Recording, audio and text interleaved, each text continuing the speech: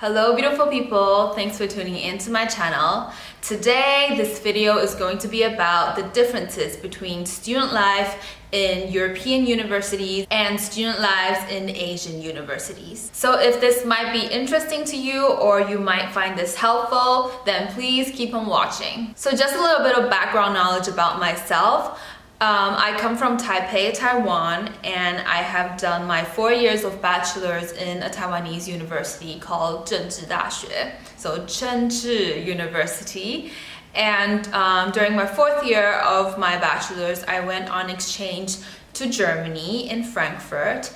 And then after that exchange, I went back to Taiwan and did my GMAT and applied for the same school I went on exchange in and did my 2 years of master's in that school in Frankfurt. So this video will be based on my experience in these two schools, so namely one university in Taiwan and also one university in Germany. So I'm sure that things can be different from country to country, whether you're in Europe or whether you're in Asia, or it can also be different from university to university. But I would say that probably a lot of people will agree with what I'm about to present. In case your experience is different, please leave a positive comment down below sharing your experience so we can give each other kind of an insight into different schools and universities from different places all around the world and possibly help each other out or help the people out who are about to go on exchange in that certain country or certain universities. So I have came up with 5 major differences from European university life versus Asian university lives. Now, I'm not going to speak of the differences of teaching style or learning style and so on. I'm just going to kind of share the differences between student life, if you know what I mean. So the first major difference is the way you greet people for the first time. So we all know that different types of friends greet each other differently. You probably have your own thing, you have your fist bump or you have your high five and so on. But right now I'm talking about greeting people for the first time. So when you're just introduced to someone or you simply met them for the first time. So in Asia, particularly Taiwan, what we do is we just wave and say hi. So if someone goes like, Jasmine, this is Bob, and Bob, this is Jasmine. What we normally naturally do in Taiwan is go like, hi. And that's it. Like, we don't even say nice to meet you. We don't do any sort of handshake or, kiss or anything, but we just go like, hi. Whereas I realized in the German university, what we do when we meet someone for the first time is we always start off with a firm handshake. So it will be something like this. Hi, Jasmine, nice to meet you. The second major difference is the channels or the places where you meet new friends from your university can differ from European universities to Taiwanese universities or Asian universities. So of course in both kind of universities, it's easy to make friends with your classmates, but the major alternative channel in Taiwanese universities in particular is the majority of our university friends are made in student clubs. So I know, in Europe there are also a lot of student clubs or student initiatives, but in Taiwan we take it to a whole new level. I would say the average Taiwanese university student is a member of at least 3 student clubs. So we have student clubs ranging from dance clubs, music clubs, bands, clubs for people who grew up in a certain city of Taiwan, clubs for ballet, clubs for hiking, clubs for merely event organizing, clubs for charity, clubs for baking, clubs for homosexual people, clubs for DJing, anything you can think of. And that's where people in Asia, or particularly in Taiwan, meet the majority of their friends. And at least in my experience in Germany, the channel to making friends other than your classmates are actually through something called pre-drinking. So what happens is every once in a while on Saturdays or Fridays, the students decide that they want to go out to a club or a bar. And before that, they or we actually organize an event in the dorm rooms or in someone's apartment that we call pre-drinking. So this is the time where everybody brings their own alcohol and go to that place and make themselves drinks and socialize with each other. And this is the time when it's not weird to simply walk up to someone,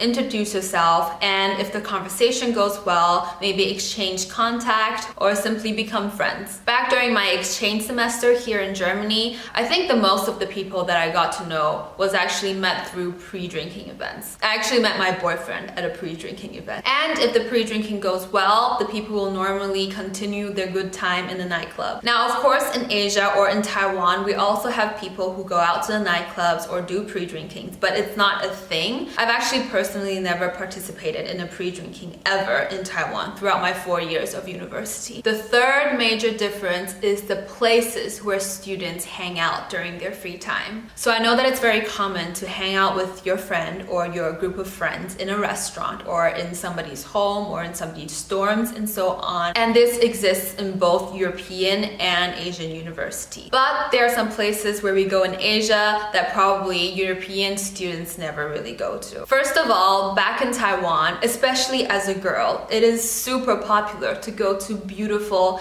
afternoon tea cafes. And cafes where they have really aesthetically pleasing food, like pancakes and strawberries and cream and coffee with beautiful art on them and so on. And yes, I know that people in Europe probably also do something like that, but we do it nearly every single time we hang out. Like, I have a friend group from junior high school and we're still in touch to this day. And every single time we hang out, we go to those aesthetically pleasing cafes. And the second place where students who study in Asia really often hang out in is karaoke places. Now in Europe, I have seen a few karaoke places. Most of them are like a karaoke club kind of, so like there's a microphone in the middle of the club and like someone sings to the random group of strangers that are in the club and people just take turns singing.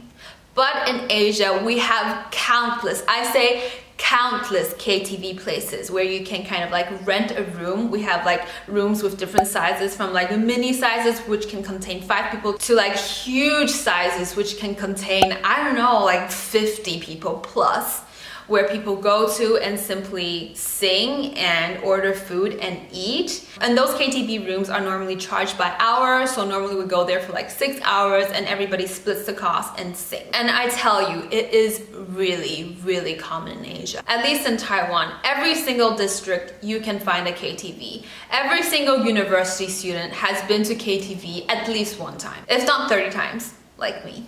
Whereas in Europe, I feel like the most common places students hang out in, other than restaurants of course, is bars or nightclubs. And I also found out during winter, students of Europe also enjoy doing winter sports together, whether it's ice skating or skiing or snowboarding and so on. The fourth major difference is where students devote their time and responsibility and effort into. Now, I'm not talking about where the students spend their free time, but I'm talking about where students work hard in, other than simply their exams and their homework and, you know, all of the university obligations. So in Asia, or at least in Taiwan, we put huge emphasis on extracurricular activities. Whereas in Europe, I figured that the European students, or me right now, put bigger emphasis on doing internships. Now, of course, Asian or Taiwanese students also do internships, but our internship resume aren't as established as European students. First of all, because the internship culture isn't so prominent in Taiwan. Not that many local firms are willing to offer internships, therefore we just don't have the opportunity to do internships. I would say on average, a Taiwanese university student has 1 internship on their CV, whereas European students, on the other hand, some start doing internship right after high school or even during high school. And it's not a rare thing if I see that some of my classmates have already completed 4 internships during their bachelor's. Or what do we Asians do, or at least Taiwanese people do, when we're not doing internships? Of course, there's a big chance that we're just chilling, and of course, there's a big chance that Europeans are just chilling if they're also not doing internships. But what we do is we completely dive into extracurricular activities. So we could be organizing events, we could be organizing camps, we could be organizing performances and so on, and we take it to a whole new level. There are countless times throughout my bachelor's in Taiwan where I lost a lot of sleep just to organize an event. Students go out on the street and spend 2 whole days asking for sponsorships for certain events. I've even once applied for governmental funds to organize a certain breakdance battle. I'm personally really lucky to have experienced both the extracurricular life and also the internship life. I think both are as good and as important. Through internships, you can really see how it's like to work in the real world and how you can apply what you've learned in universities to your work. Whereas organizing extracurricular activities, you really get the chance to like claim responsibility and really develop your organizational skills. Now, the fifth major difference is the dress code. Now, I think this point probably heavily depends on the university that you are in, but in my personal experience, back in Taiwan where I did my bachelor's, the dress code is a lot less formal than in Germany where I did my master's, or where I did my exchange, where I was also a bachelor student. So in Taipei, Taiwan, if you have ever been there, beautiful city by the way, super convenient and super clean, you won't believe it. But Taipei is a city that is surrounded by mountain, and that means it rains a hell lot. And when it rains, it pours. Like you will literally feel like you're standing in a waterfall. So it is really common for us to wear flip-flops and shorts to class. Whereas in Europe or Germany, or at least in my school, because it is a business school, it is more common to wear a bit more smart to class. So I will personally feel really weird and really self-conscious if I wore shorts or if I wore a sleeveless top, or even if I'm not wearing makeup to class, because everyone on average are quite well dressed.